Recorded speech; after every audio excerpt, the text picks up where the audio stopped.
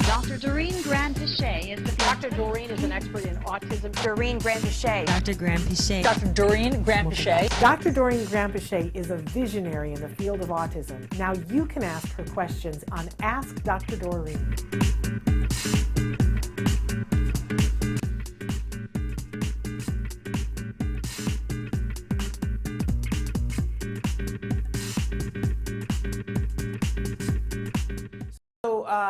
Another person has written in on Facebook and said, what can I say to parents who have a big issue with ABA, saying that the older autistic community detests it and have found it to be abusive? I don't agree with this at all. I'm an RBT, which is a registered behavior technician, and a mom of an 11-year-old with autism. So it's almost, we're gearing up for April, and this will go in April, because there will be lots of articles that say that ABA is abusive and that adults on the spectrum say it's terrible and that parents should not do it. That's amazing to me. So first thing is, from someone who's been doing ABA for 40 years, ABA has changed a lot. I mean, there was a time back in the 60s, I want to say, and early 70s, where aversives were used as part of ABA. And I will, there was an article with Lovas actually back in, I want to say, the early 60s. It was kind of in Life magazine, and it had to do with the use of electric shock to kind of get children who were self-injurious to stop self-injuring. So there used to be a lot of types of interventions as part of ABA that are no longer allowed, even legal, present, like they just don't exist. There's one or two sites still in the whole country, the Judge Ruttenberg Center. There are places where they do still use aversives, but I have to say that in 99.9% of programs, you're not going to have any use of negative punishment or anything that's aversive in any way. So that stigma of that it's like abusive is gone. Like, it just is not. So that's that. Now, if you are a parent where you feel that any kind of demand or contingency is not what you want for your child, then ABA is not for you.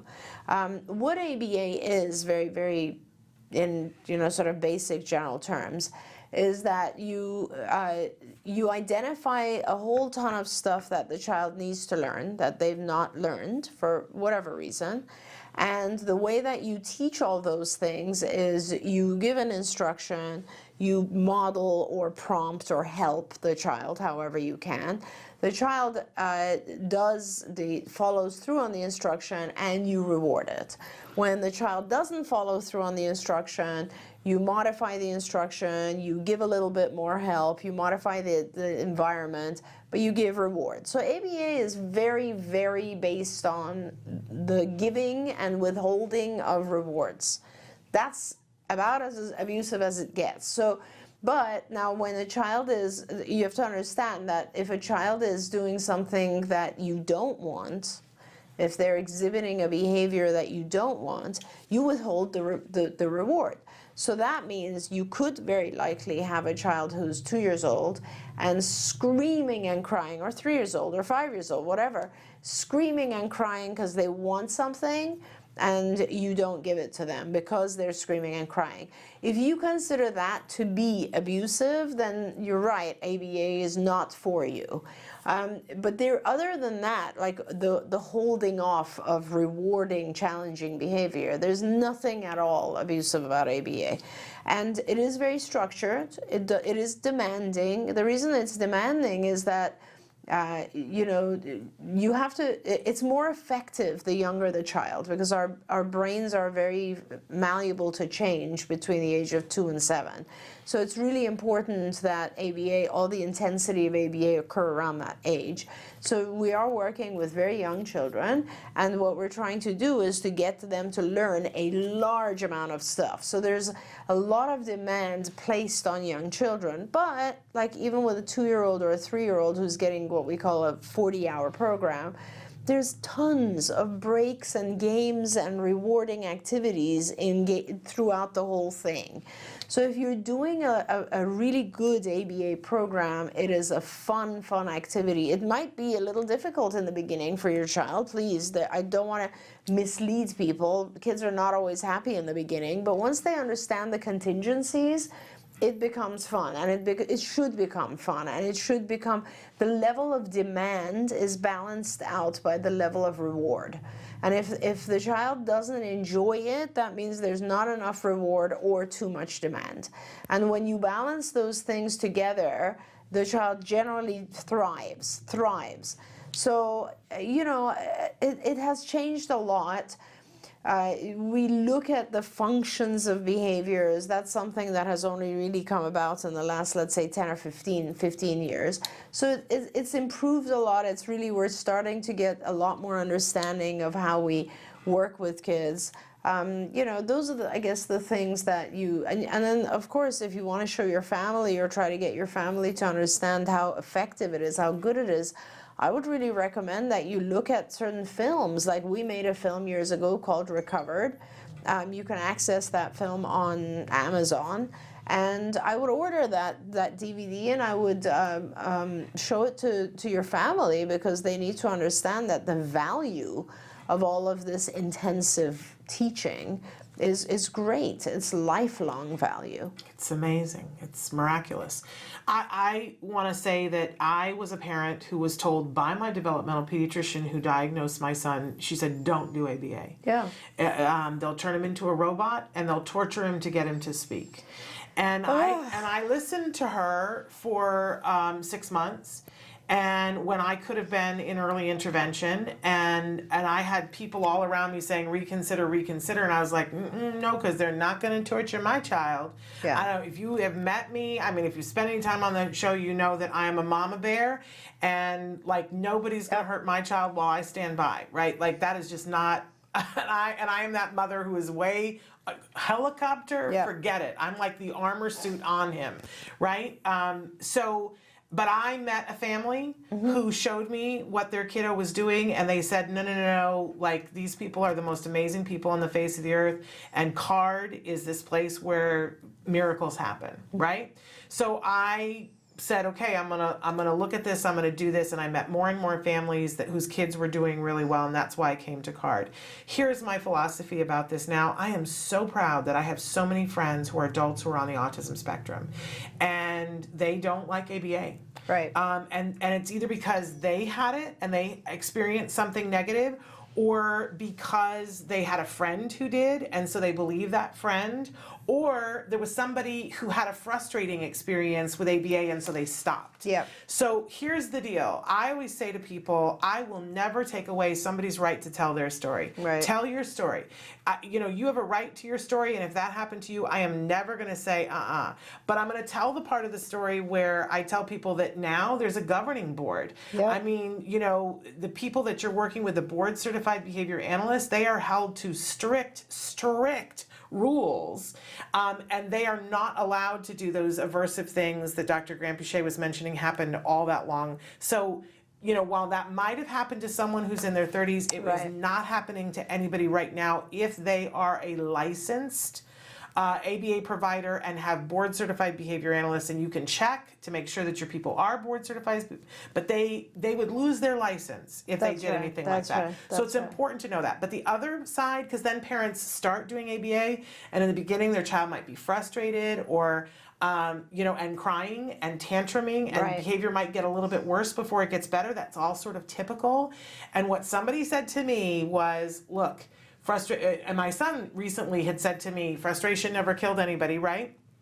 But when our kids start to walk, they trip and they fall and they hit their head, and they, you know, hit their head on the coffee table, and now they're bleeding and they're crying and whatever. And we don't go, you know what, this is too hard, let's stop. Yeah. Let's not upset the child, forget it, wheel in the wheelchair, we're not walking. Right. We don't do that because we know it's a great example. They're going to get through this period of time, and when they do, it's going to be worthwhile. That's right. And I'm telling you that frustration that your kiddo might be feeling in the beginning, it goes away very quickly. Absolutely. I had the happiest little little camper who is the happiest teenager, who has his whole life in front of him and can make the choices that he needs to make because we allowed for him.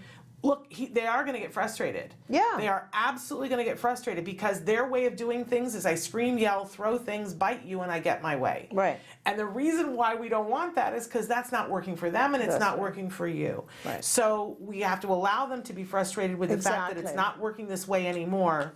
Anybody would be frustrated, but it's amazing that moment when they get it and they go, oh, you mean I can just point to this picture and I can get what I want instead of throwing myself on the floor and biting you?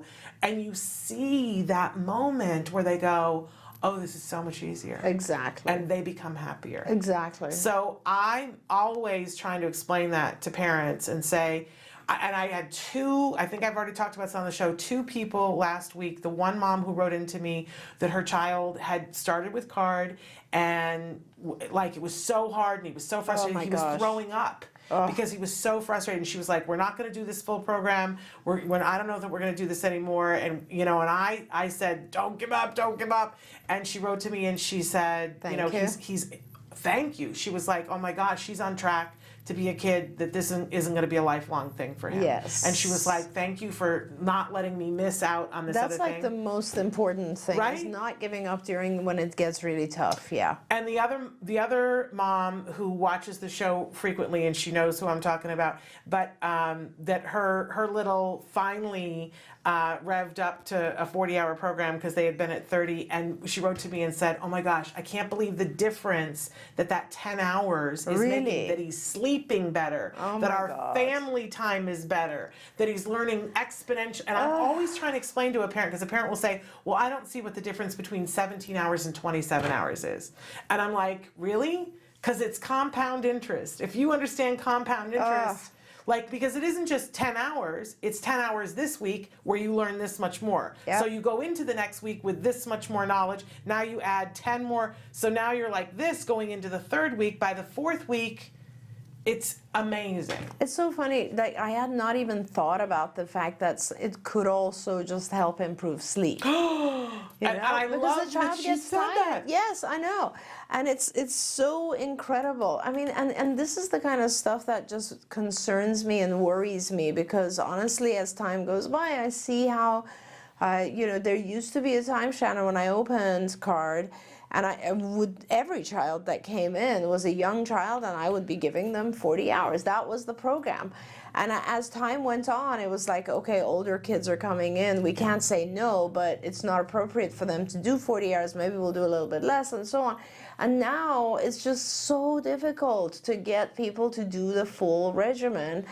First of all, as I said, funding is limited. Yeah. And secondly, people are not committed to it. People Yeah. are just not committed to it. And it's the prescription. Exactly. It's That's exactly the word I always use with parents. Find out what your full prescription is, and that's the number that the person who diagnosed said, this is what this person needs, and then do that. Your insurance will pay the full prescription for at least that first year. So- you're crazy to turn it down. Absolutely. And every child is different prescription, right? Absolutely, and that's my other issue, is that most of the time, first of all, the person who prescribes is not going to be your VCBA. They're different people. And so the people who prescribe are psychologists, and they know nothing about ABA. So the people who prescribe or diagnose are not going to know. Your BCBA is also not necessarily going to prescribe a full program, because they're just not they've not experienced recovery. There are so many young BCBAs in the world that they don't know necessarily what the difference is between 25 and 40 hours. And so that is something that I'm like sort of committed to trying to teach our folks as well. It's like, if you do have a young child, and by young I mean, starting before the age of 6, please give the child an opportunity to have a 40-hour program, even if it's just for 6 months. It's so important. I always say I want to light my hair on fire and run down the street, and maybe I'm going to have to do that to draw attention to it, because for me as a parent who came in a moment of time when there was no funding other than where I lived. Oh, yes. Right? And I lucked out. And man, I know how lucky I am, and I am grateful every day and trying to give back, right? But we fought so hard, and I did not think in my lifetime we would have insurance. Right. And then we got insurance, and what's happened is that it's a whole lot more people talking to the parent going, you don't need that. Yeah. 12 hours is Right. enough. Like, Right. don't. And parents are saying no, not even knowing what they're missing out Right. on. Right. Because it seems unreasonable. I do recall It's true. the parent saying to me, somebody said to me, oh, well, a 40-hour program with a 3-year-old has found to be wildly effective. And I was like, 40 hours? He's 3. That's crazy. That's a full-time job. I know. And then the parent was like, I know, but it works. So just do it anyway. Yep, yep. Like, and I'm here to tell the tale. Yeah, it works. Yep.